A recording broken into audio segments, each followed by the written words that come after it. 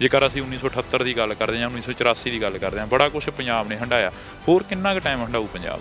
1947 ਦੇ ਵਿੱਚ ਜਿਹੜੀਆਂ ਗਲਤੀਆਂ ਸਾਡੇ ਲੀਡਰਸ ਨੇ ਕੀਤੀਆਂ ਉਹ ਇਸ ਵਕਤ ਨਾ ਹੋਣ। 5 ਅਗਸਤ 2019 ਨੂੰ BJP RSS ਨੇ ਕਸ਼ਮੀਰ ਦੀ ਖਤਮ ਕਰਤੀ ਹੈ। ਇਹ ਬਾਦਲ ਦਲੀਆਂ ਦੇ ਜਿੰਨੇ ਵੀ ਵਜ਼ੀਰ ਸੀਗੇ ਸੈਂਟਰ 'ਚ MP ਸੀ, ਉਹਨਾਂ ਨੇ BJP RSS ਨਾਲ ਵੋਟਾਂ ਪਾ ਕੇ ਖੁਦ ਮੁਖਤਿਆਰੀ ਦੀ ਪਿੱਠ ਦੇ ਵਿੱਚ ਛੁਰਾ ਮਾਰਿਆ। ਇਹ ਤੁਸੀਂ ਬਾਦਲਾਂ ਨੂੰ ਪੁੱਛੋ, ਬਾਦਲ ਦਲੀਆਂ ਨੂੰ ਪੁੱਛੋ ਕਿ ਤੁਹਾਡੀ ਪਾਲਿਸੀ ਇਹੋ ਜਿਹੀ ਟੇਢੀ ਅਤੇ ਸਿੱਖ ਕੌਮ ਦੇ ਖਿਲਾਫ ਕਿਉਂ ਰਹੀ ਹੈ। ਬਲੂ ਸਟਾਰ ਕਿਉਂ ਕਰਾਇਆ? ਤੁਸੀਂ ਆਪ ਇੰਦਰਾ ਗਾਂਧੀ ਕੋਲੇ ਗਏ ਸੀਗੇ ਔਰ ਉਸ ਨੂੰ ਕਿਹਾ ਸੀ ਜੇ ਸੰਤ ਸਾਹਿਬ ਦੇ ਦੁਆਲੇ ਫੌਜ ਇਕੱਠੀ ਕਰ ਦੋਗੇ ਤੇ ਉਹ ਹੱਥ ਚੱਕ ਕੇ ਬਾਹਰ ਆ ਜਾਣਗੇ। ਪਰ ਉਹ ਯੋਧੇ ਨੇ 72 ਘੰਟੇ ਬਰਤਾਨੀਆ, ਰੂਸ ਤੇ ਇੰਡੀਆ ਦੀ ਫੌਜ ਨੂੰ ਦਰਬਾਰ ਸਾਹਿਬ ਦੇ ਅੰਦਰ ਨਹੀਂ ਵੜਨ ਦਿੱਤਾ। ਬੜੇ ਨੌਜਵਾਨ ਆਉਂਦੇ ਰਹੇ ਪਰ ਦੂਜੀਆਂ ਪਾਰਟੀਆਂ ਦੇ ਪੱਲੇ ਫੜਦੇ ਰਹੇ। ਇੱਕ ਦੀਪ ਸਿੱਧੂ ਸੀ ਜਿਹੜਾ ਕਿ ਬੰਬੇ ਤੋਂ ਚੱਲ ਕੇ ਤੁਹਾਡੇ ਨਾਲ ਆ ਕੇ ਖੜ ਗਿਆ ਸੀ। ਉਹਨਾਂ ਦਾ ਘਾਟ ਅਸੀਂ ਬਰਦਾਸ਼ਤ ਨਹੀਂ ਕਰ ਸਕਦੇ ਅਤੇ ਸਾਡੀ ਕੌਮ ਦੇ ਲਈ ਇੱਕ ਬਹੁਤ ਭਾਰੀ ਘਾਟਾ ਪਿਆ। ਪਾਰਟੀ ਦੇ ਲਈ, ਪੰਥ ਲਈ ਉਸ ਦਾ ਫਾਇਦਾ ਬਹੁਤ ਸੀਗਾ। ਉਹਨੇ ਕੰਮ ਕਰਨਾ ਸੀਗਾ ਜਿਵੇਂ ਨਹਿਰੂ, ਜਿਨ੍ਹਾਂ ਨੇ, ਗਾਂਧੀ ਨੇ ਆਪਣੀਆਂ ਕੌਮਾਂ ਲਈ ਕੀਤਾ ਸੀ। ਹੋਰ ਇਹ ਤੋਂ ਜ਼ਿਆਦਾ ਮੈਂ ਕੀ ਕਹਿ ਸਕਦਾ? ਹੁਣ ਇਹ ਤੋਂ ਜ਼ਿਆਦਾ ਤਾਂ ਕੋਈ ਰੁਤਬਾ ਮੈਂ ਦੇ ਨਹੀਂ ਸਕਦਾ ਹੈਗਾ। ਬੜਾ ਕੁਛ ਹੰਢਾਇਆ ਤੁਸੀਂ ਸਰੀਰ ਦੇ ਉੱਪਰ, ਬੜਾ ਕੁਛ ਦੇਖਿਆ। ਪਰ ਕੌਮ ਦੀ ਜੇ ਗੱਲ ਕਰਦੇ ਹਾਂ, ਜਦੋਂ ਕੌਮ ਦੀ ਗੱਲ ਆਉਂਦੀ ਹੈ ਤਾਂ ਬੜੇ ਲੋਕ ਝੰਡੇ ਚੁੱਕ ਕੇ ਕੇਸਰੀ ਚੱਲ ਤਾਂ ਪੈਂਦੇ ਨੇ, ਪਰ ਵੋਟਾਂ ਵੇਲੇ ਕਿਉਂ ਨਹੀਂ ਤੁਹਾਡੇ ਨਾਲ ਤੁਰਦੇ? ਇਹ ਵੀ ਇੱਕ ਸਵਾਲ ਖੜਾ ਹੋ ਜਾਂਦਾ, ਉਹਨਾਂ ਲੋਕਾਂ ਦੇ ਉੱਪਰ ਵੀ ਖੜਾ ਹੋ ਜਾਂਦਾ। ਉਹ ਵੱਖ-ਵੱਖ ਪਾਰਟੀਆਂ ਦੇ ਝੰਡੇ ਹੋਰਾਂ ਦੇ ਚੱਕ ਕੇ ਤੁਰ ਪੈਂਦੇ ਨੇ। ਅਤੇ ਮੈਂ ਕਿਹੜਾ ਪਰਵਾਹ ਕਰਦਾ ਜੀ। ਮੈਂ ਜਿੱਦਣ ਹਾਰਦਾ ਅਗਲੇ ਦਿਨ ਫੇਰ ਮੈਂ ਨਿਸ਼ਾਨ ਸਾਹਿਬ ਲੈ ਕੇ ਚੜ੍ਹ ਜਾਂਦਾ ਇਹ ਪ੍ਰਚਾਰ ਕਰਨ ਦਾ ਸਿੱਖ ਕੌਮ ਦਾ। ਮੈਂ ਕਦੇ ਥੱਕਿਆ ਨਹੀਂ, ਨਾ ਹਾਰ ਮਹਿਸੂਸ ਕੀਤੀ ਹੈ, ਨਾ ਮੰਨੀ ਹੈ ਹਾਰ ਨੂੰ। ਇਹ ਸਿੱਖ ਦਾ ਇੱਕ ਕੈਰੈਕਟਰ ਹੈ ਕਿ ਉਹ ਬਿਲਕੁਲ ਚੁਣੌਤੀਆਂ ਵੀ ਦਿੰਦਾ ਹੈ ਪਰ ਕਦੇ ਹਾਰ ਨੂੰ ਮੰਨਦਾ ਨਹੀਂ ਹੈ। ਅਨੰਦਪੁਰ ਸਾਹਿਬ ਦੇ ਮਤੇ ਤੋਂ ਬਾਅਦ ਇੱਕ ਅੰਮ੍ਰਿਤਸਰ ਐਲਾਨਨਾਮਾ ਹੁੰਦਾ ਜਿਹੜਾ ਕਿ ਤੁਹਾਡੇ ਵੀ ਉਹਦੇ ਵਿੱਚ ਕਹਿੰਦੇ ਕਿ ਸਾਈਨ ਸੀਗੇ, ਕੈਪਟਨ ਅਮਰਿੰਦਰ ਸਿੰਘ ਦੇ ਸਾਈਨ ਸੀਗੇ, ਕਾਫੀ ਹੋਰ ਜਿਹੜੇ ਆਪਣੇ ਆਪ ਨੂੰ ਅਕਾਲੀ ਲੀਡਰ ਕਹਾਉਂਦੇ ਸੀ ਉਹਨਾਂ ਦੇ ਸਾਈਨ ਸੀ। ਪਰ ਮਾਨ ਸਾਹਿਬ ਉਸੇ ਅੰਮ੍ਰਿਤਸਰ ਐਲਾਨਨਾਮੇ 'ਤੇ ਪਹਿਰਾ ਦੇ ਰਹੇ ਨੇ ਤਾਂ ਦੂਜੇ ਲੀਡਰ ਕਿਉਂ ਭੱਜ ਗਏ ਨੇ? ਇਹ ਵੀ ਇੱਕ ਸਵਾਲ ਖੜਾ ਹੁੰਦਾ। ਕਦੇ ਉਹਨਾਂ ਨਾਲ ਗੱਲਬਾਤ ਹੋਈ ਹੈ, ਵਾਰਤਾਲਾਪ ਹੋਈ ਹੈ ਬੈਠ ਕੇ? ਫਿਰ ਤਾਂ ਆਪਾਂ ਬੈਠ ਕੇ ਗਾਲਾਂ ਹੀ ਕੱਢਾਂਗੇ ਇੱਕ ਦੂਜੇ ਨੂੰ, ਉਹਦਾ ਫਾਇਦਾ ਨਹੀਂ ਹੈ। ਜਦੋਂ ਛੱਡ ਗਏ ਹੈ ਭਾਈ ਮਨਜੀਤ ਸਿੰਘ ਜਿਹੜੇ ਅਕਾਲ ਤਖਤ ਦੇ ਜਥੇਦਾਰ ਸੀ, ਉਹ ਸਾਨੂੰ ਸਹੁੰ ਚੁਕਾ ਰਹੇ ਸੀਗੇ, ਉਹ ਉਹਨਾਂ ਦੀ ਫੋਟੋ ਵੀ ਹੈਗੀ ਹੈ। ਉਹਨਾਂ ਦਾ ਵੀ ਨਾਮ ਨਿਸ਼ਾਨ ਕਦੇ ਸੁਣਿਆ ਨਹੀਂ ਕਿ ਭਾਈ ਮੈਂ ਤਾਂ ਇਹਨਾਂ ਨੂੰ ਸਹੁੰ ਚੁਕਾਈਆਂ ਸੀਗੀਆਂ, ਕਿੱਥੇ ਹੈ? ਉਹ ਪੁੱਛ ਸਕਦੇ ਹੈ ਪਰ ਉਹ ਵੀ ਮੁਨਕਰ ਹੋ ਗਿਆ। ਹੁਣ ਦੱਸੋ ਕਰੀਏ ਕੀ? ਯੂਕਰੇਨ ਦਾ ਤੇ ਰੂਸ ਵਾਲਾ ਮੁੱਦਾ ਜਿਹੜਾ ਕਿ ਕਾਫੀ ਭਖਿਆ ਹੋਇਆ ਹੈਗਾ, ਜਿਹੜੀ ਜੰਗ ਆ ਉਹ ਲੱਗੀ ਹੋਈ ਹੈਗੀ। ਤੁਹਾਡਾ ਵੀ ਬਿਆਨ ਆਇਆ, ਉਹ ਬਿਆਨ ਵੀ ਕਾਫੀ ਹਾਈਲਾਈਟ ਹੋ ਰਿਹਾ। ਉਸ ਦਾ ਮਤਲਬ ਕੀ ਸੀ ਜਿਹੜੇ ਕਿ ਲੋਕ ਇਹ ਸੀਗਾ ਕਿ ਸਿੱਖ ਹੁਣ ਇੰਟਰਨੈਸ਼ਨਲ ਪੱਧਰ ਦੇ ਉੱਤੇ ਆਉਣ। ਰੂਸ ਨੇ ਸਾਡੇ ਉੱਤੇ 1984 'ਚ ਬਹੁਤ ਜ਼ੁਲਮ ਕੀਤਾ ਹੈ। ਜਦੋਂ ਇੰਦਰਾ ਗਾਂਧੀ ਦੇ ਨਾਲ ਲੱਗ ਕੇ ਅਤੇ ਬਰਤਾਨੀਆ ਦੀਆਂ ਫੌਜਾਂ ਦੇ ਨਾਲ ਲੱਗ ਕੇ ਦਰਬਾਰ ਸਾਹਿਬ ਦੇ ਉੱਤੇ ਇਹਨਾਂ ਨੇ ਅਟੈਕ ਕੀਤਾ। ਯੂਕਰੇਨ ਅੱਜ ਸਾਡੇ ਵਰਗਾ, ਸਿੱਖਾਂ ਵਰਗਾ, ਇਹ ਰੂਸ ਦੇ ਛਪੰਜੇ 'ਚ ਆਇਆ ਹੋਇਆ ਅਤੇ ਸਾਡਾ ਫਰਜ਼ ਬਣਦਾ ਕਿ ਅਸੀਂ ਤਿਲ ਫੁੱਲ ਜਿੰਨਾ ਵੀ ਕਰ ਸਕਦੇ ਹੈ। ਸਾਡੇ ਉੱਥੇ ਡਾਕਟਰ ਪੜ੍ਹਨ ਗਏ ਹੈ, ਉਹ ਆਪਣੇ ਆਪ ਨੂੰ ਸਰਕਾਰ ਦੇ ਕੋਲੇ ਲਿਖ ਕੇ ਦੇਣ ਕਿ ਅਸੀਂ ਮੈਡੀਸਨ ਦੀ ਸੇਵਾ ਕਰਾਂਗੇ। ਅਤੇ ਜਿਹੜੇ ਉਹਨਾਂ ਦੇ ਵਿੱਚੋਂ ਸਿੰਘ ਹੈ ਜਿਹੜੇ ਲੜ ਸਕਦੇ ਹੈ, ਉਹ ਸਰਕਾਰ ਤੋਂ ਬੰਦੂਕਾਂ ਮੰਗਣ, 2 ਹਫ਼ਤੇ ਦੀ ਟ੍ਰੇਨਿੰਗ ਲੈਣ ਇਨਫੈਂਟਰੀ ਅਤੇ ਆਰਟਿਲਰੀ ਦੀ, ਅਤੇ ਰੂਸ ਦੀ ਫੌਜ ਦਾ ਸਾਹਮਣਾ ਕਰਨ। ਜੇ ਸਾਨੂੰ ਇਜਾਜ਼ਤ ਮਿਲਦੀ ਹੈ ਤਾਂ ਮੈਂ ਤਾਂ ਆਪ ਵੀ ਜਾਣ ਨੂੰ ਤਿਆਰ ਹੋਊਂਗਾ। ਮੇਰੇ ਨਾਲ ਤਾਂ ਬਹੁਤ ਸਿੰਘ ਜਾਣਗੇ ਨਾਲ। ਫਿਰ ਪੰਜਾਬ ਪੰਜਾਬੀਅਤ ਨੂੰ ਪਿਆਰ ਕਰਨ ਵਾਲੇ ਸਾਰੇ ਦਰਸ਼ਕਾਂ ਦਾ ਮੈਂ ਹਰਜਿੰਦਰ ਸਿੰਘ ਢਿੱਲੋਂ ਨਿੱਘਾ ਸਵਾਗਤ ਕਰਦਾ। ਅਸੀਂ ਇਸ ਵਕਤ ਕੌਮ ਦੇ ਜਰਨੈਲ ਸਰਦਾਰ ਸਿਮਰਜੀਤ ਸਿੰਘ ਮਾਨ ਸਾਹਿਬ ਦੇ ਕੋਲ ਬੈਠੇ ਹਾਂ ਤਾਂ ਗੱਲਬਾਤ ਕਰਾਂਗੇ ਮਾਨ ਸਾਹਿਬ ਦੇ ਨਾਲ ਕਿ ਪੰਜਾਬ ਦੇ ਮੁੱਦੇ ਕੀ ਹੋਣੇ ਚਾਹੀਦੇ ਨੇ। ਬੇਸ਼ੱਕ ਚੋਣਾਂ ਲੰਘ ਗਈਆਂ ਨੇ ਪਰ ਜਿਹੜੀਆਂ ਚੋਣਾਂ ਨੇ ਆਏ 5 ਸਾਲਾਂ ਬਾਅਦ ਆਉਂਦੀਆਂ ਨੇ, ਆਏ 7 ਸਾਲਾਂ ਬਾਅਦ ਜਿਹੜੀਆਂ ਕਿ MP ਦੀਆਂ ਚੋਣਾਂ ਆ ਜਾਂਦੀਆਂ ਨੇ 5 ਸਾਲਾਂ ਬਾਅਦ, ਕਿਉਂਕਿ ਅਸੀਂ ਜਿਹੜੀਆਂ ਗੱਲਾਂ ਬਾਤਾਂ ਨੇ ਉਹ ਕਰਦੇ ਰਵਾਂਗੇ। ਮਾਨ ਸਾਹਿਬ ਸਾਡੇ ਨਾਲ ਨੇ। ਅਸੀਂ ਅੱਜ ਸਪੈਸ਼ਲ ਫਤਿਹਗੜ੍ਹ ਸਾਹਿਬ ਦੀ ਧਰਤੀ ਤੇ ਪਹੁੰਚੇ ਹਾਂ। ਮਾਨ ਸਾਹਿਬ ਵਾਹਿਗੁਰੂ ਜੀ ਕਾ ਖਾਲਸਾ ਵਾਹਿਗੁਰੂ ਜੀ ਕੀ ਖਾਲਸਾ ਵਾਹਿਗੁਰੂ ਜੀ ਕੀ ਫਤਿਹ। ਸਾਹਿਬ ਹਰਜਿੰਦਰ ਸਿੰਘ ਜੀ, ਬਹੁਤ ਕਿਰਪਾ ਤੁਹਾਡੀ ਜਿਹੜਾ ਤੁਸੀਂ ਦਰਸ਼ਨ ਦਿੱਤੇ ਹੈ। ਮਾਨ ਸਾਹਿਬ ਜੇ ਆਪਾਂ ਗੱਲ ਕਰੀਏ ਤਾਂ ਪੰਜਾਬ ਦੀ ਅੱਜ ਪੰਜਾਬ 2022 ਦੀਆਂ ਚੋਣਾਂ ਲੰਘਾ ਕੇ ਹਟਿਆ ਹੈਗਾ, ਪਰ ਇੱਕ ਬਹੁਤ ਵੱਡਾ ਘਾਟਾ ਪਿਆ ਜਿਹੜਾ ਕਿ ਦੀਪ ਸਿੰਘ ਸਿੱਧੂ ਸਾਡੇ ਵਿੱਚ ਨਹੀਂ ਰਹੇ। ਪਹਿਲਾਂ ਤਾਂ ਉਹਨਾਂ ਗੱਲਾਂ ਨੂੰ ਆਪਾਂ ਥੋੜ੍ਹਾ ਸਪਸ਼ਟੀਕਰਨ ਕਰ ਲਈਏ ਜੀ। ਮੈਂ ਸਾਰੀ ਸਪੀਚ ਦੇ ਵਿੱਚ ਤਾਂ ਕਹਿਤਾ ਸੀਗਾ ਕਿ ਜਿਹੜੀਆਂ ਗੱਲਾਂ ਤੋਂ ਉਹਨਾਂ ਦਾ ਘਾਟ ਅਸੀਂ ਬਰਦਾਸ਼ਤ ਨਹੀਂ ਕਰ ਸਕਦੇ ਅਤੇ ਸਾਡੀ ਕੌਮ ਦੇ ਲਈ ਇੱਕ ਬਹੁਤ ਭਾਰੀ ਘਾਟਾ ਪਿਆ ਅਤੇ ਉਹਨਾਂ ਦਾ ਜਿਹੜਾ ਪਰਿਵਾਰ ਹੈ ਉਹ ਵੀ ਅਸੀਂ ਕਿਹਾ ਸੀਗਾ ਕਿ ਅਸੀਂ ਪੂਰੀ ਜ਼ਿੰਮੇਵਾਰੀ ਨਾਲ ਸਾਂਭਾਂਗੇ। ਜਿਹੜੀ ਉਹਨਾਂ ਦੀ ਜਥੇਬੰਦੀ ਹੈ ਵਾਰਸ ਉਹ ਵੀ ਸਾਂਭਾਂਗੇ ਪਰ ਕਬਜ਼ਾ ਨਹੀਂ ਕਰਾਂਗੇ ਅਤੇ ਜਿਹੜੇ ਉਹਨਾਂ ਦੇ ਕੰਮ ਸੀਗੇ ਉਹ ਪੂਰੇ ਕਰਾਂਗੇ। ਪਰ ਜਿਹੋ ਜਿਹੀ ਤਾਲੀਮ ਸਿੱਧੂ ਸਾਹਿਬ ਵਲਾਇਤ ਲੰਡਨ ਤੋਂ ਕਿੰਗਸ ਕਾਲਜ ਤੋਂ ਹਾਸਲ ਕਰਕੇ ਆਏ ਸੀਗੇ, ਬੜੇ ਵੱਡੇ ਵਕੀਲ ਸੀਗੇ ਜਿਵੇਂ ਗਾਂਧੀ, ਨਹਿਰੂ ਅਤੇ ਮੁਹੰਮਦ ਅਲੀ ਜਿੰਨਾ, ਉਹ ਵੀ ਵਲਾਇਤ ਤੋਂ ਕਾਨੂੰਨ ਪਾਸ ਕਰਕੇ ਆਏ ਸੀਗੇ ਅਤੇ ਅੰਤ ਦੇ ਵਿੱਚ ਤਾਂ ਟੇਬਲ 'ਤੇ ਗੱਲਾਂ ਹੁੰਦੀਆਂ ਅਤੇ ਟੇਬਲ ਦੇ ਉੱਤੇ ਸਾਡੀ ਕੌਮ ਹਾਰ ਗਈ ਅਤੇ ਜਿੰਨਾ ਸਾਹਿਬ ਨੂੰ ਵੀ ਆਪਣੀ ਕੌਮ ਦਾ ਮੁਲਕ ਮਿਲ ਗਿਆ, ਹਿੰਦੂ ਨੂੰ ਵੀ ਆਪਣੀ ਕੌਮ ਦਾ ਮੁਲਕ ਮਿਲ ਗਿਆ, ਪਰ ਅਸੀਂ ਸਿੱਖ ਵਾਂਝੇ ਰਹਿ ਗਏ। ਕਿਉਂ ਕਰਕੇ ਸਾਡੇ ਕੋਲ ਉਸ ਵੇਲੇ ਉਸ ਟੇਬਲ ਟਾਕ ਦੇ ਉੱਤੇ ਬਰਤਾਨੀਆ ਦੇ ਨਾਲ ਇਹੋ ਜਿਹਾ ਆਲਾ ਵਕੀਲ ਬਾਹਰ ਦਾ ਪੜ੍ਹਿਆ ਲਿਖਿਆ ਨਹੀਂ ਸੀਗਾ। ਸੋ ਇਹ ਸਮਝੋ ਕਿ ਬਗੈਰ ਵਕੀਲ ਤੋਂ ਅੱਜ ਅਸੀਂ ਜਿਹੜੇ ਵਸਿੰਦੇ ਹੈਗੇ ਹੈ ਪਾਕਿਸਤਾਨ 'ਚ ਰਹਿੰਦੇ ਹੈ, ਅਸੀਂ ਮੁਸਲਮਾਨ ਦੇ ਗੁਲਾਮ ਹੈ। ਜਿਹੜੇ ਅਸੀਂ ਇੰਡੀਆ 'ਚ ਰਹਿੰਦੇ ਹੈ ਅਸੀਂ ਹਿੰਦੂ ਦੇ ਗੁਲਾਮ ਹੈ ਅਤੇ ਸਾਡੇ ਉੱਤੇ ਰੋਜ਼ ਟਿੱਚਰਾਂ ਕਰਦੇ ਹੈ ਕਿ ਖਾਲਿਸਤਾਨ ਨਹੀਂ ਬਣਨ ਦੇਣਾ। ਪਰ ਜੇ ਖਾਲਿਸਤਾਨ ਨਹੀਂ ਬਣਨ ਦੇਣਾ ਫਿਰ ਹਿੰਦੂ ਰਾਸ਼ਟਰ ਅਤੇ ਹਿੰਦੂਤਵਾ ਕੀ ਹੈ? ਜਿਹੜੇ BJP RSS ਨੇ ਕਾਨੂੰਨ ਘੱਟ ਗਿਣਤੀਆਂ ਦੇ ਖਿਲਾਫ ਪੇਸ਼ ਕਰਤੇ ਹੈ ਪਾਰਲੀਮੈਂਟ ਦੇ ਵਿੱਚ ਅਤੇ ਉਹ ਬਣ ਵੀ ਗਏ ਹੈ, ਅਤੇ ਜਿਹੜਾ ਕਸ਼ਮੀਰ ਇੱਕ ਘੱਟ ਗਿਣਤੀ ਦਾ ਸੂਬਾ ਹੈ ਉਹਨਾਂ ਦੀ ਖੁਦ ਮੁਖਤਿਆਰੀ ਖਤਮ ਕਰਤੀ ਹੈ, ਜਿਹਦੇ 'ਚ ਬਾਦਲਾਂ ਨੇ ਵੀ ਹਿੱਸਾ ਲਿਆ ਅਤੇ ਵੋਟ ਖੁਦ ਮੁਖਤਿਆਰੀ ਖਤਮ ਕਰਨ ਦੇ ਲਈ ਵੋਟਾਂ ਪਾਈਆਂ। ਸੋ ਮੇਰਾ ਕਹਿਣ ਦਾ ਭਾਵ ਹੈ ਕਿ ਇਹ ਬੜਾ ਔਖਾ ਸਮਾਂ ਆ ਰਿਹਾ ਹੈ ਅਤੇ ਜਿਹੜੇ ਖਾਲਿਸਤਾਨ ਦੀ ਗੱਲ ਕਰਦੇ ਆ ਖਾਸ ਕਰਕੇ ਉਹਨਾਂ ਨੂੰ ਪੁੱਛੋ ਕਿ ਤੁਹਾਡੇ ਹਿੰਦੂ ਰਾਸ਼ਟਰ ਦੇ ਵਿੱਚ ਮੁਸਲਮਾਨ, ਸਿੱਖ, ਈਸਾਈ,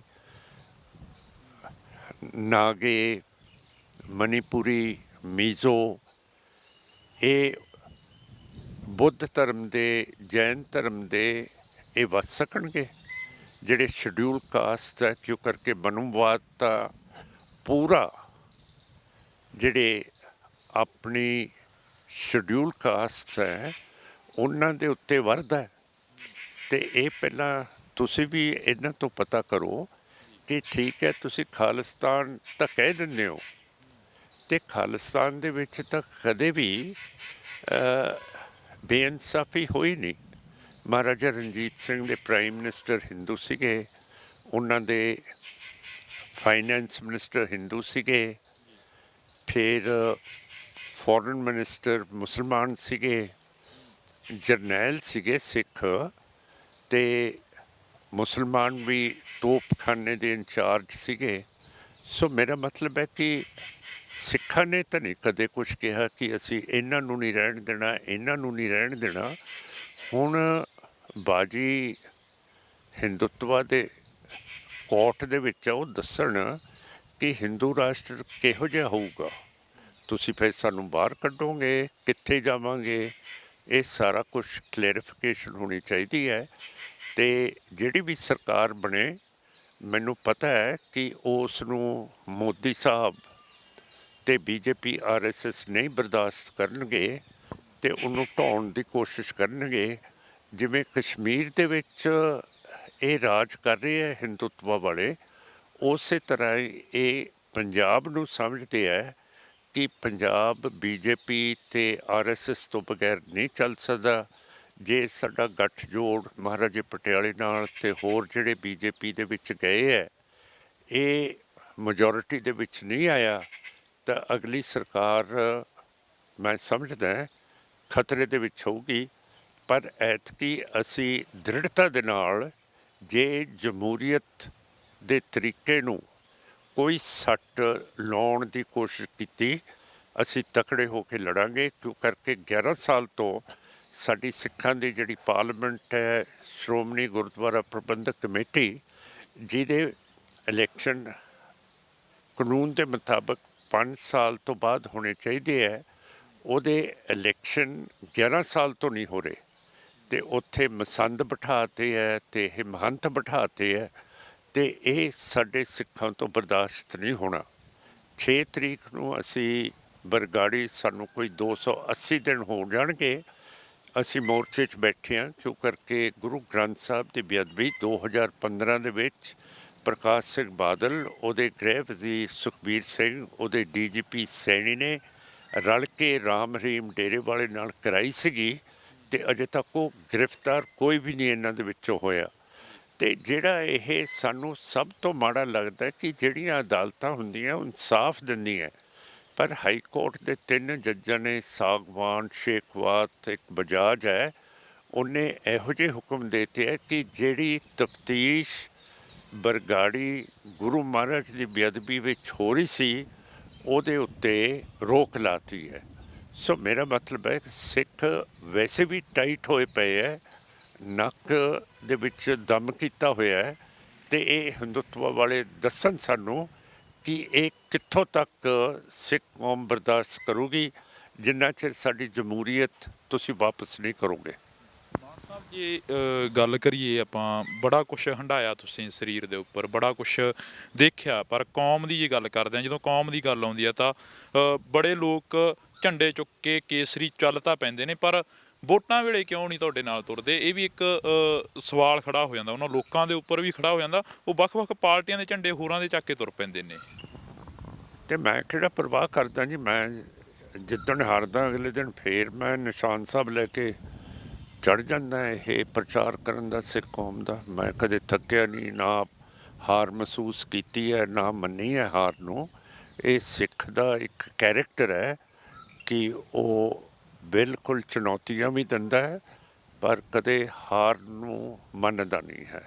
ਅਤੇ ਉਸ ਦੀਪ ਸਿੱਧੂ ਦਾ ਘਾਟਾ ਕਿੰਨਾ ਕੁ ਪਿਆ ਪਾਰਟੀ ਨੂੰ? ਬਹੁਤ ਇੱਕ ਨੌਜਵਾਨ ਸੀ ਜਿਹੜਾ ਉੱਭਰ ਕੇ ਸਾਹਮਣੇ ਆਇਆ ਸੀ, ਤੁਹਾਨੂੰ ਉਹਨਾਂ ਨੇ ਆ ਕੇ ਪਹਿਚਾਣਿਆ। ਬੜੇ ਨੌਜਵਾਨ ਆਉਂਦੇ ਰਹੇ ਪਰ ਦੂਜੀਆਂ ਪਾਰਟੀਆਂ ਦੇ ਪੱਲੇ ਫੜਦੇ ਰਹੇ। ਇੱਕ ਦੀਪ ਸਿੱਧੂ ਸੀ ਜਿਹੜਾ ਕਿ ਬੰਬੇ ਤੋਂ ਚੱਲ ਕੇ ਤੁਹਾਡੇ ਨਾਲ ਆ ਕੇ ਖੜ ਗਿਆ ਸੀ।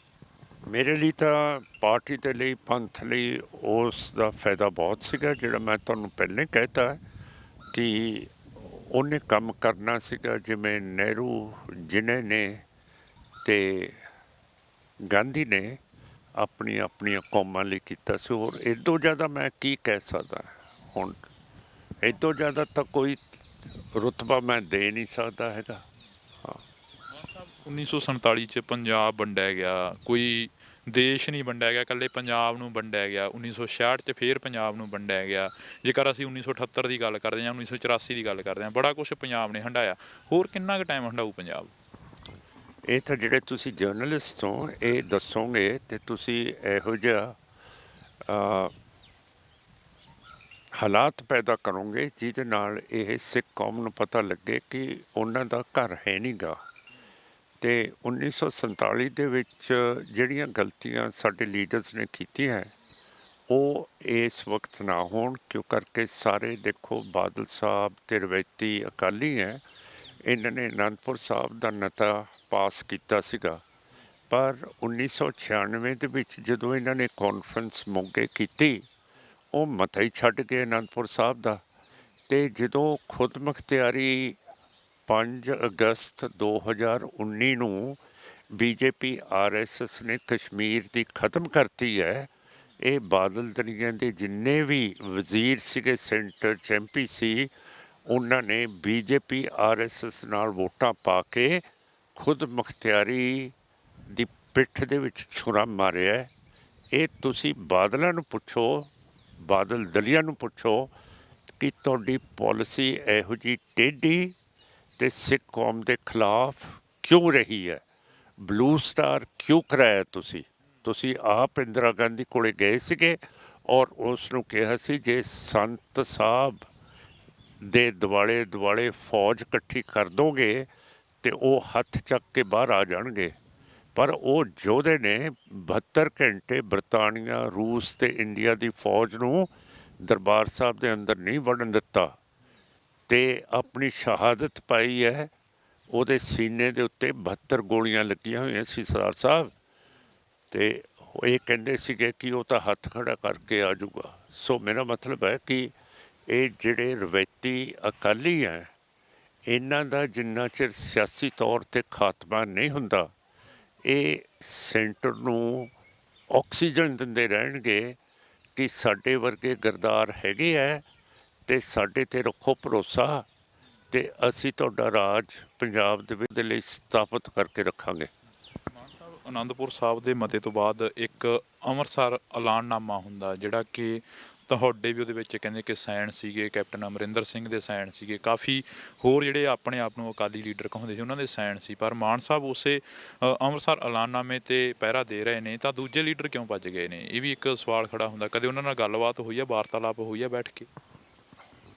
ਫਿਰ ਤਾਂ ਆਪਾਂ ਬੈਠ ਕੇ ਗਾਲਾਂ ਹੀ ਕੱਢਾਂਗੇ ਇੱਕ ਦੂਜੇ ਨੂੰ, ਉਹਦਾ ਫਾਇਦਾ ਨਹੀਂ ਹੈ। ਜਦੋਂ ਉਹ ਛੱਡ ਗਏ ਹੈ, ਉਹਦੇ 'ਚ ਬਾਦਲ ਸਾਹਿਬ ਤਾਂ ਨਹੀਂ ਸੀਗੇ, ਪਰ ਉਹਦੇ 'ਚ ਟੌੜਾ ਸਾਹਿਬ, ਤਲਵੰਡੀ ਸਾਹਿਬ, ਮਹਾਰਾਜਾ ਪਟਿਆਲਾ, ਮਨਜੀਤ ਸਿੰਘ, ਭਾਈ ਮਨਜੀਤ ਸਿੰਘ ਦਾ ਛੋਟਾ ਭਰਾ, ਭਾਈ ਅਮਰੀਕ ਸਿੰਘ ਦਾ ਛੋਟਾ ਭਰਾ ਮਨਜੀਤ ਸਿੰਘ ਸੀਗਾ, ਕਰਨਲ ਬਾਲਾ ਸਾਹਿਬ ਸੀਗੇ ਬੱਬਰਾਂ ਵੱਲੋਂ, ਅਤੇ ਇਹ ਸਾਰੇ ਸੀਗੇ। ਬਰਨਾਲਾ ਸਾਹਿਬ ਵੀ ਵਿੱਚੇ ਸੀਗੇ, ਅਤੇ ਭਾਈ ਮਨਜੀਤ ਸਿੰਘ ਜਿਹੜੇ ਅਕਾਲ ਤਖਤ ਦੇ ਜਥੇਦਾਰ ਸੀ, ਉਹ ਸਾਨੂੰ ਸਹੁੰ ਚੁਕਾ ਰਹੇ ਸੀਗੇ। ਉਹਨਾਂ ਦੀ ਫੋਟੋ ਵੀ ਹੈਗੀ ਹੈ। ਉਹਨਾਂ ਦਾ ਵੀ ਨਾਮ ਨਿਸ਼ਾਨ ਕਦੇ ਸੁਣਿਆ ਨਹੀਂ ਕਿ ਭਾਈ ਮੈਂ ਤਾਂ ਇਹਨਾਂ ਨੂੰ ਸਹੁੰ ਚੁਕਾਈਆਂ ਸੀਗੀਆਂ, ਕਿੱਥੇ ਹੈ? ਉਹ ਪੁੱਛ ਸਕਦੇ ਹੈ, ਪਰ ਉਹ ਵੀ ਮੁਨਕਰ ਹੋ ਗਏ। ਹੁਣ ਦੱਸੋ ਹੁਣ ਕਰੀਏ ਕੀ, ਹੈ ਨਾ?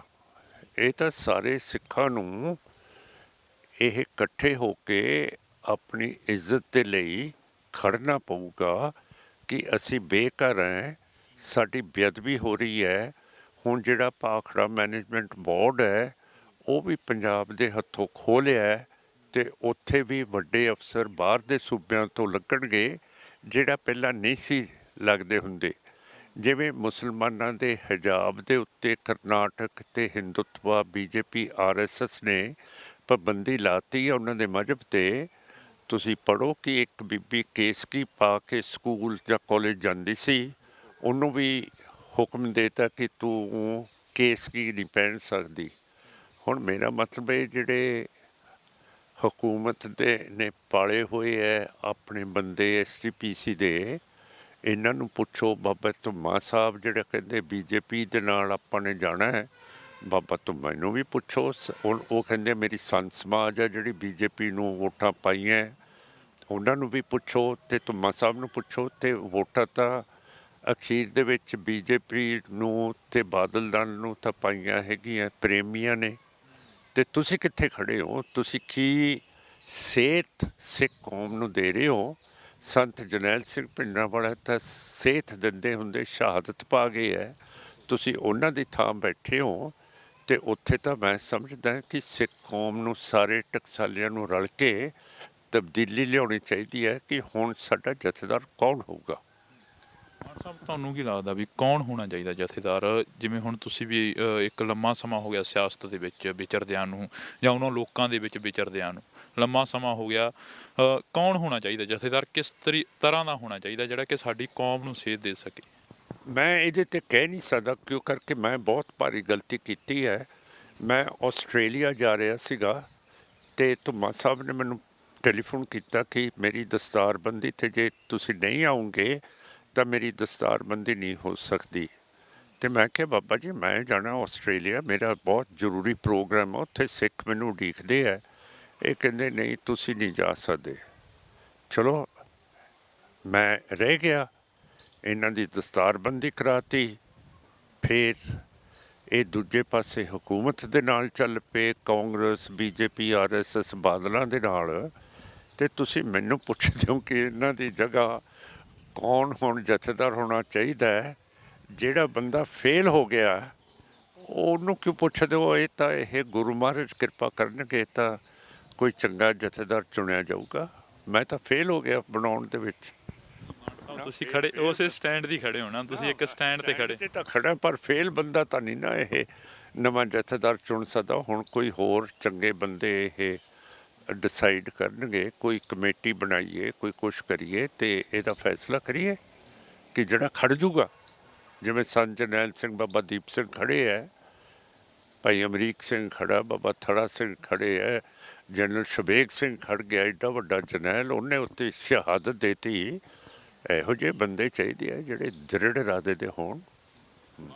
ਅਕਾਲੀ ਦਲ ਨੇ ਪੰਜਾਬ ਦੇ ਵੱਧ ਅਧਿਕਾਰਾਂ ਦੀ ਗੱਲ ਕਰੀ, ਪਰ ਅੱਜ ਜਿਵੇਂ ਤੁਸੀਂ ਕਿਹਾ ਕਿ ਰਵਾਇਤੀ ਅਕਾਲੀ ਦਲ ਬਣ ਕੇ ਰਹਿ ਗਿਆ, ਵੱਧ ਅਧਿਕਾਰ ਕਿਤੇ ਨਾ ਕਿਤੇ ਖਤਮ ਹੋ ਗਏ ਨੇ। ਮਾਨ ਸਾਹਿਬ ਕਰ ਰਹੇ ਨੇ, ਪਰ ਪੰਜਾਬ ਦੇ ਲੋਕ ਸਮਝ ਕਿਉਂ ਨਹੀਂ ਰਹੇ? ਹੁਣ ਤੁਸੀਂ ਬਹੁਤ ਲੰਬੀ ਕਰ ਰਹੇ ਹੋ, ਇਹਦੇ ਜਵਾਬ ਮੈਂ ਸਾਰਾ ਕੁਛ ਦੇ ਸਕਦਾ। ਇਹ ਅੰਗਰੇਜ਼ੀ ਦੀ ਕਹਾਵਤ ਹੈ, ਘੋੜੇ ਨੂੰ ਪਾਣੀ ਪਿਆਉਣ ਤਾਂ ਲੈ ਕੇ ਜਾ ਸਕੀਦਾ, ਪਰ ਘੋੜੇ ਦੀ ਮਰਜ਼ੀ ਹੁੰਦੀ ਹੈ ਪਾਣੀ ਪੀਣਾ ਕਿ ਨਹੀਂ। ਹੁਣ ਇਹਦੇ 'ਚ ਮੈਂ ਤਾਂ ਨਹੀਂ ਕੁਛ ਕਰ ਸਕਦਾ। ਜਦੋਂ ਹੁਣ ਕੌਮ ਆਜ਼ਾਦੀ ਵੱਲ ਨਹੀਂ ਤੁਰਨਾ ਚਾਹੁੰਦੀ ਅਤੇ ਮੈਂ ਤਾਂ ਲੱਗਿਆ ਹੋਇਆ, ਪਰ ਇਹੋ ਜਿਹਾ ਸੰਕਟ ਹਿੰਦੂ ਕੌਮ ਅਤੇ ਮੁਸਲਮਾਨ ਕੌਮ 'ਤੇ ਵੀ ਆਇਆ ਸੀਗਾ।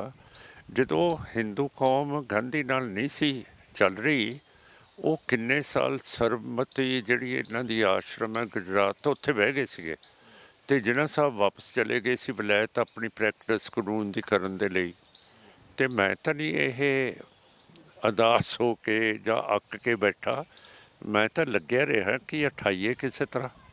ਪਰ ਜਦੋਂ ਇੱਕ ਸੰਡਾ ਬਹਿ ਜੇ, ਉਹਨੂੰ ਸਰੀਆ ਵੀ ਮਾਰੋ, ਉਹਨੂੰ ਨੋਕਾਂ ਵੀ ਮਾਰੋ, ਉਹ ਫਿਰ ਉੱਠਦਾ ਨਹੀਂ ਹੁੰਦਾ ਜਲਦੀ ਜਲਦੀ।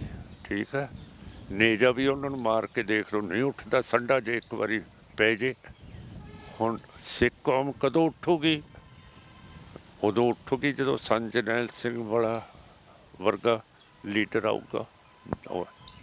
ਇੱਕ ਯੂਕਰੇਨ ਦਾ ਅਤੇ ਰੂਸ ਵਾਲਾ ਮੁੱਦਾ ਜਿਹੜਾ ਕਿ ਕਾਫੀ ਭਖਿਆ ਹੋਇਆ ਹੈਗਾ, ਜਿਹੜੀ ਜੰਗ ਆ ਉਹ ਲੱਗੀ ਹੋਈ ਹੈਗੀ, ਤੁਹਾਡਾ ਵੀ ਬਿਆਨ ਆਇਆ, ਉਹ ਬਿਆਨ ਵੀ ਕਾਫੀ ਹਾਈਲਾਈਟ ਹੋ ਰਿਹਾ। ਉਸ ਦਾ ਮਤਲਬ ਕੀ ਸੀ ਜਿਹੜੇ ਕਿ ਲੋਕ ਮਤਲਬ ਇਹ ਸੀਗਾ ਕਿ ਸਿੱਖ ਹੁਣ ਇੰਟਰਨੈਸ਼ਨਲ ਪੱਧਰ ਦੇ ਉੱਤੇ ਆਉਣ।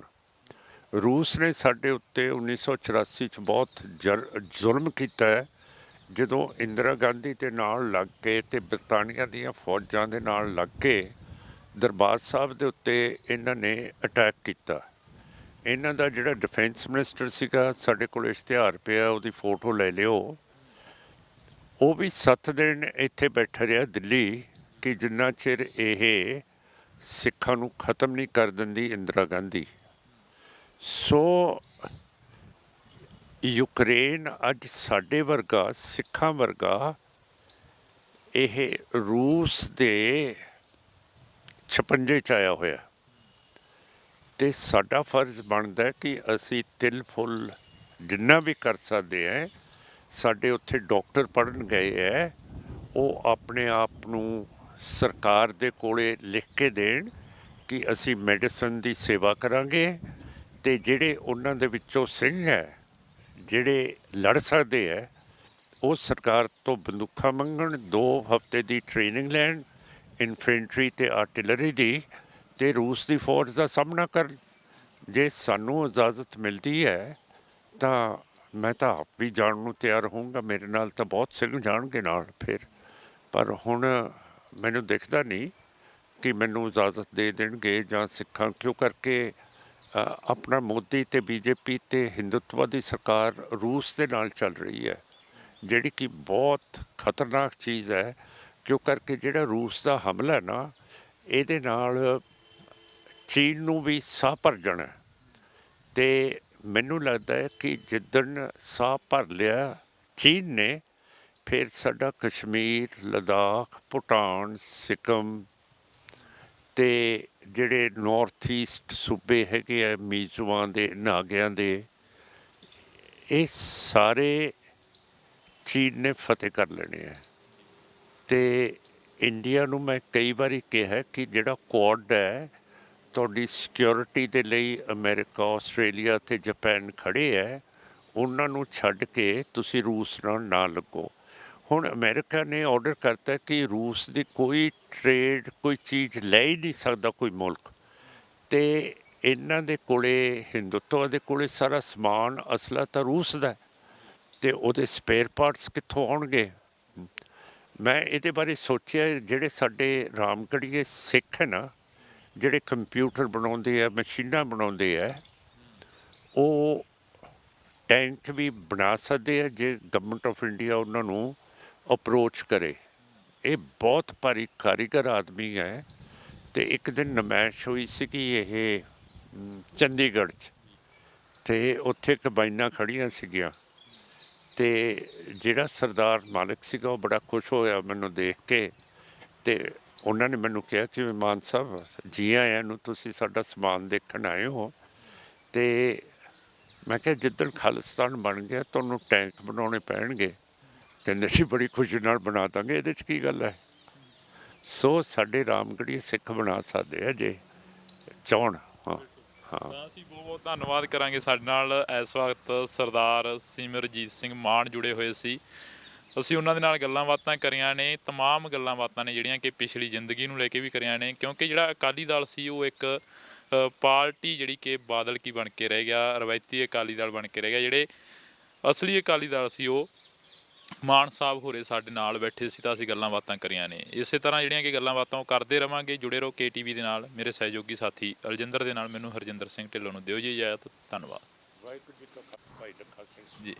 ਤਾਂ ਸਾਡੇ ਨਾਲ ਕੈਂਡੀਡੇਟ ਜੁੜੇ ਨੇ ਜਿਹੜੇ ਕਿ ਖਰੜ ਹਲਕੇ ਤੋਂ ਉਮੀਦਵਾਰ ਸੀਗੇ ਸ਼੍ਰੋਮਣੀ ਅਕਾਲੀ ਦਲ ਅੰਮ੍ਰਿਤਸਰ ਦੇ। ਵਾਹਿਗੁਰੂ ਜੀ ਕਾ ਖਾਲਸਾ, ਵਾਹਿਗੁਰੂ ਜੀ ਕੀ ਫਤਿਹ। ਵਾਹਿਗੁਰੂ ਜੀ ਕਾ ਖਾਲਸਾ, ਵਾਹਿਗੁਰੂ ਜੀ ਕੀ ਫਤਿਹ। ਧੰਨਵਾਦ ਜੀ KTV ਦਾ।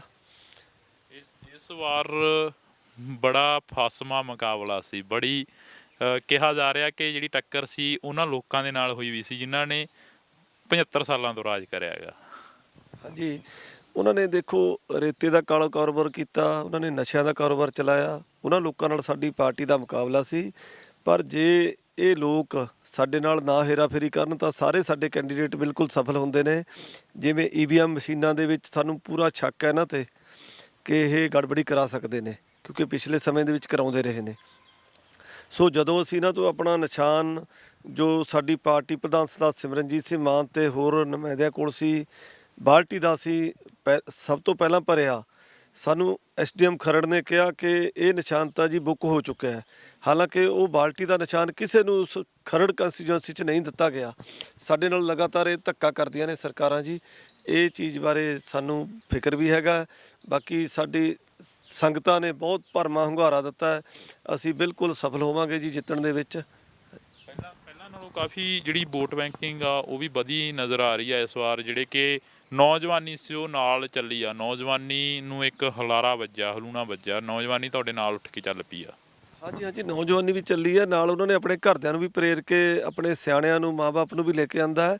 ਇਕੱਲਾ ਵੋਟ ਬੈਂਕ ਨਹੀਂ ਵਧਿਆ, ਜਿੱਤ ਵੱਲ ਸਾਡੇ ਕਦਮ ਨੇ। ਜਿੱਤਾਂਗੇ ਜੀ ਹਰੇਕ ਜਗ੍ਹਾ 'ਤੇ ਅਸੀਂ ਜਿੱਤ ਪ੍ਰਾਪਤ ਕਰਾਂਗੇ। ਹਾਂਜੀ ਹਾਂਜੀ, ਗੱਲਾਂ ਬਾਤਾਂ ਨੇ ਜਿਹੜੀਆਂ ਉਹ ਕਰ ਰਹੇ ਆ, ਤਾਂ ਇਸੇ ਤਰ੍ਹਾਂ ਜਿਹੜੀਆਂ ਗੱਲਾਂ ਬਾਤਾਂ ਉਹ ਹੁੰਦੀਆਂ ਰਹਿਣੀਆਂ ਨੇ। ਜਿੱਥੇ ਵੀ ਸਾਨੂੰ ਮਾਨ ਸਾਹਿਬ ਮਿਲਣਗੇ ਜਾਂ ਇਹਨਾਂ ਦੇ ਕੋਈ ਵੀ ਕੈਂਡੀਡੇਟ ਮਿਲੂਗਾ ਤਾਂ ਅਸੀਂ ਪੰਜਾਬ ਦੀ ਗੱਲ ਜ਼ਰੂਰ ਕਰਾਂਗੇ, ਪੰਜਾਬੀਅਤ ਦੀ ਗੱਲ ਜ਼ਰੂਰ ਕਰਾਂਗੇ। ਤਾਂ ਜੁੜੇ ਰਹੋ KTV ਦੇ ਨਾਲ। ਮੇਰੇ ਸਹਿਯੋਗੀ ਸਾਥੀ ਅਲਜਿੰਦਰ ਦੇ ਨਾਲ ਮੈਨੂੰ ਹਰਜਿੰਦਰ ਸਿੰਘ ਢਿੱਲੋਂ ਨੂੰ ਦਿਓ ਜੀ ਇਜਾਜ਼ਤ। ਧੰਨਵਾਦ।